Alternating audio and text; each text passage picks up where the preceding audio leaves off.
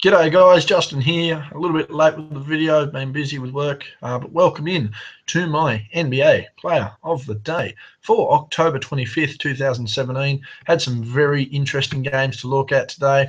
Tobias Harris with 34 points, triple-double from Westbrook, 28 points from Melo. We had the triple-double from LeBron James, but I've gone with Victor Oladipo, as the title says, as my Player of the Day for October 25th. Now, I will note that some of you out there obviously are infatuated and love the triple-double and the aspect that the triple-double brings to the game, which was particularly highlighted by Russell Westbrook last year. But the efficiency of a triple-double can often be misleading. For instance, today, Westbrook and LeBron both had high turnover numbers, thus limiting his ability to have a true triple-double. 16 assists to 7 turnovers, that screams inefficiency in my book. As I go through to have a look, just give me a second, go through and have a look here at what LeBron James's triple-double numbers were. I know that they weren't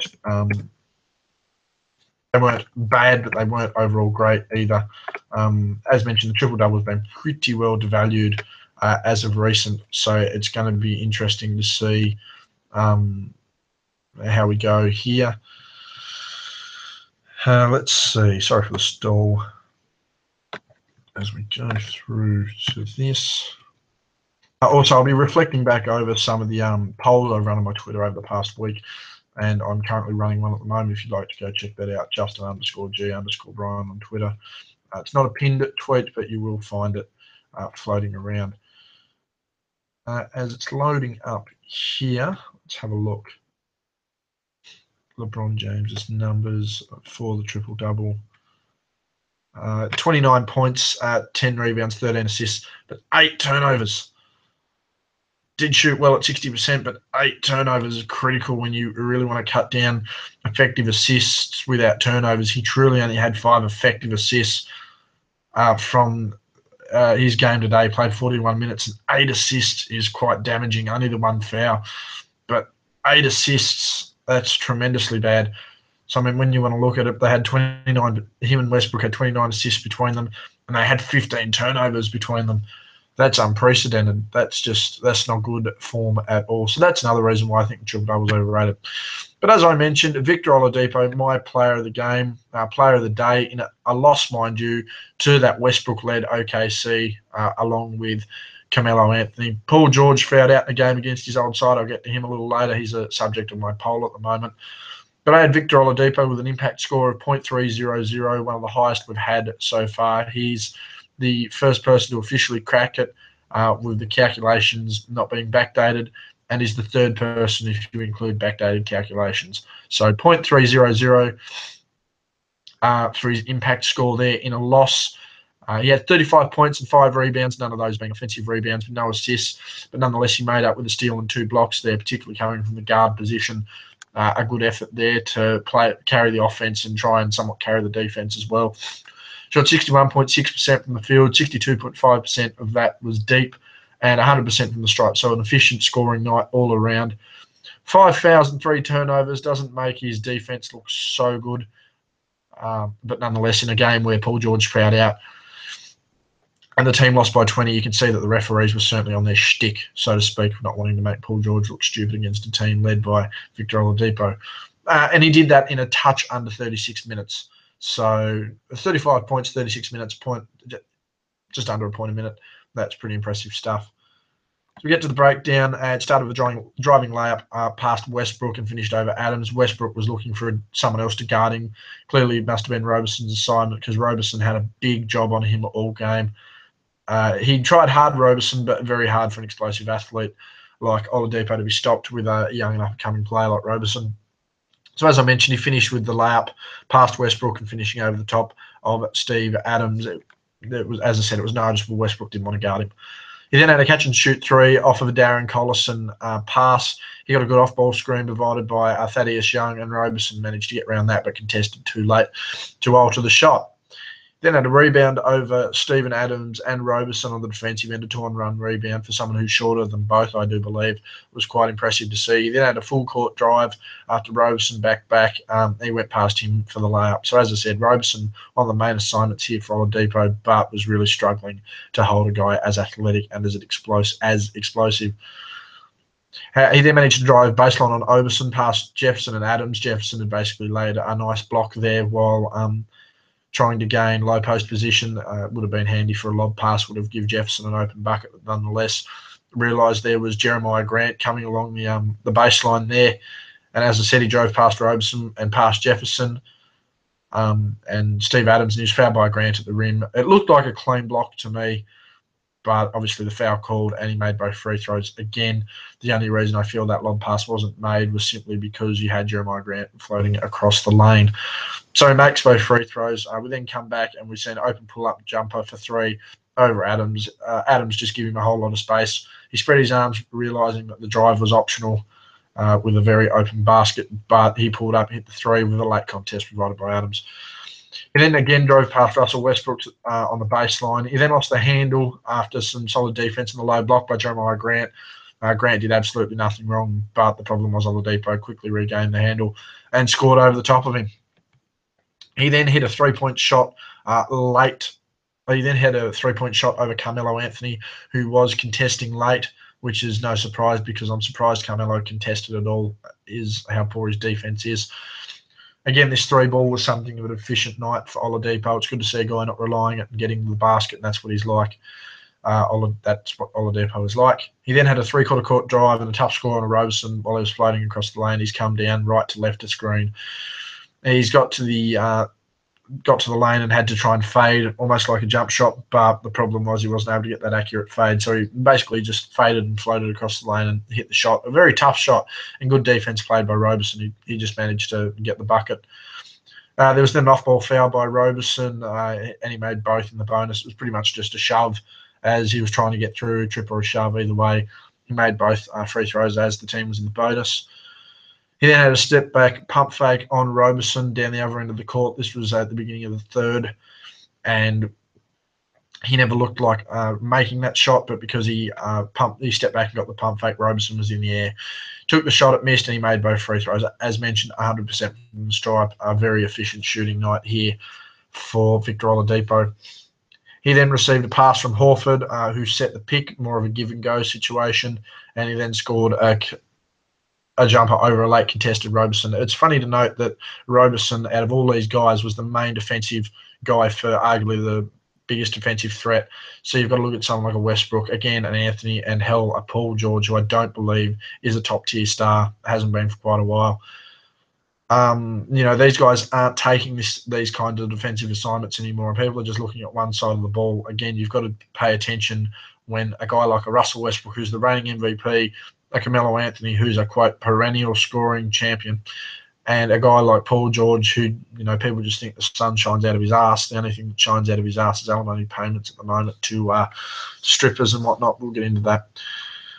So, again, with Roberson taking this job, it's going to look bad, but, at the end of the day, his effort and tenacity is going to get him defensive selections, and some of these guys are going to struggle to make all-NBA teams. So, a shout-out to Roberson there. But again, that pick and go from Horford, it just giving him the ball, and he made the shot from about the elbow on Roberson. There was then an off-ball hold by Roberson as he was trying to make a back cut in the baseline, and obviously the ref has called that. Roberson sort of didn't know what happened. It sort of looked like Oladipo had shrugged under the arm to create the hold, but nonetheless got the call and made the free throw shots. He then had a full court fast break, which saw Oladipo run wide on the lane. He cut baseline and received the pass from Corey Joseph for the up and under layup. It's quite an impressive move, and it's quite good to see a team running 4 straight across, two to the left and one on the right of Joseph, and they just come through.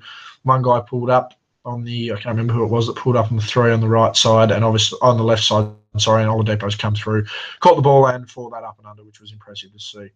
Then had a 3-point jumper in the corner over a late contesting Paul George. It's one of the very few times I saw Paul George at all contesting a shot in this game, let alone defending a Victor Oladipo. Again, 6 fouls. His defense certainly wasn't on it in this game. And finally, he finished with an open 3 at the top of the arc with a very late contest from Jeremiah Grant, who basically left him open. He's run from the small arc, the no charge circle in the lane there, for a very late contest, had no effect on the shot. He made the open 3. So again, as reiterating, player of the day, Victor Oladipo, 35 points, 5 rebounds, none of those defensive. He didn't have an assist, but he did have a steal and 2 blocks. 61.6 from the field, 62.5 from deep, and 100 from the stripe. A very efficient scoring night, so you can sort of give him an excuse for the pass. There's not many people on that team to help him score anyway, and he's having a very much a breakout year. So expect Oladipo to continue climbing the next couple of years. 5 fouls, so even though he had those defensive numbers, he did have moments where it just wasn't acceptable, and he was undisciplined. And 3 turnovers, which is probably what's cost him his passing game here in just under 36 minutes. Now, as I mentioned, I've been running a few polls and whatnot on my Twitter feed, and I mentioned the likes of Paul George, but I just want to go through these polls for you guys just to see what you guys are thinking. Obviously, after DeMarcus Cousins, Anthony Davis, and Pau Gasol posted big 30-point nights, do you feel that Draymond Green should have been accountable for the lackluster start of the Golden State Warriors? Had 33 people respond to this one. 73 of those believe yes, he was responsible. I personally do feel he was responsible. That lack of defense against quality or skilled big men is what certainly hurts Draymond Green as an elite defender in this league, and certainly questions for me why he's even considered a defensive player of the year candidate. As we move on in my polls, I then asked who you guys thought was player of the week. I only had 12 in response to this one, but nonetheless, 9 of you, responded with Giannis Antetokounmpo, and 25% of you actually saying Kobe was the player of the week. So my other options there were obviously Anthony Davis, who I felt was the second best player last week, in opening week, and the other option was there, but nonetheless, 3 people actually voted Kobe over Anthony Davis or anyone else. It tells you how the league's going. Now, my final poll that I'm running at the moment, and this one is going to run for a week because I want to get a rough feel of how everyone's thinking towards it.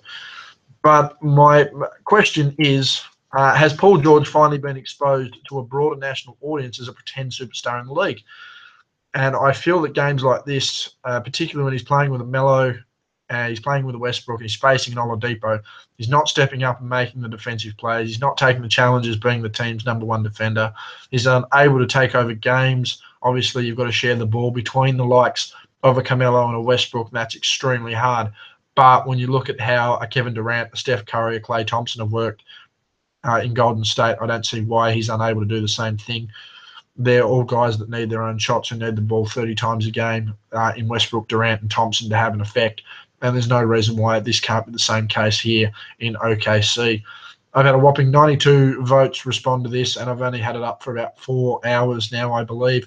57% of the people who have voted have said that Paul George has finally been exposed as a pretend superstar in this league to a broader audience. 22% have said no, 5% have said they have allegedly catfished Paul George, and 16% agree with free lap dances from 11 to 12.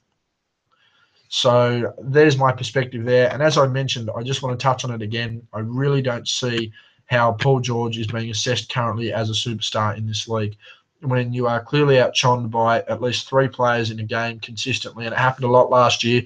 Guys like Miles Turner and George Hill were playing tremendous games no matter how Paul George performed last year. Again, I just want to stress that he's not taking the main defensive assignments. He's not taking over games offensively. A foul out today in a game against his old side really doesn't look good. I do question where he sits as far as his ability to play as a small forward and dominate the game anymore. He's obviously going to have his trials and tribulations considering the leg injury, but I mean, he is 3 years removed from that broken leg. He's had his surgery, he's had his rest time. I don't see why we're still sitting here going, oh, well, he had a broken leg. Oh, well, he's still recovering. Oh, he's still got to grow. No, Paul George needs to realise now that if you want to come out and win this MVP, while playing with an MVP and a former scoring champ, guys who can suffocate the ball and suffocate possession, you've got to really assert your dominance and assert yourself. This is another reason why I feel that he may have left Indiana, the fact that when he gets into ruts like this, he can't pull himself out of it. And that's what that's what the very good players do. It's what the great players always do. And unfortunately, he's just sitting at good player at the moment, offensively and defensively. So that's just me. Again, if you want to go on my Twitter, Justin_G_Brian, give your vote and give your opinion on that. Obviously, I prefer you answer yes or no. If you have catfished him, please keep that quiet. Don't go to the media. And if you agree with lap dances 11 to 12, so does Paul George. So, I mean, that's common knowledge. Most guys would agree with free lap dances 11 till 12. So, again, just reiterating, my player of the day for October 25th, 2017 is Victor Oladipo of the Indiana Pacers. Total impact score of .300 in a losing effort to OKC, which saw Carmelo Anthony drop 28, and a Russell Westbrook triple-double, which included 7 turnovers to 16 assists. 35 points, 5 rebounds, none of those offensive, no assists, but 1 steal and 2 blocks, 61.6% from the field, 62.5% from deep, 100% from the stripe. 5 fouls and 3 turnovers isn't great, but that was all in about 36 minutes of play. Again, thank you very much for tuning into the channel.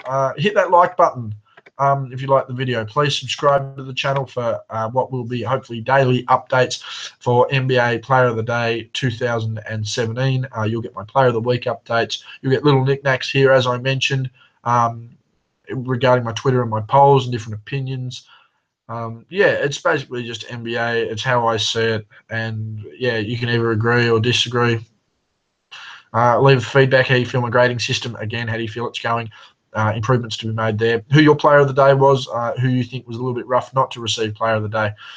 Again, thank you very much for watching. Thank you very much for listening, whether you had that second screen going. Again, this has been Justin with my player of the day for October 25th, 2017, Victor Oladipo of the Indiana Pacers versus the Oklahoma City Thunder.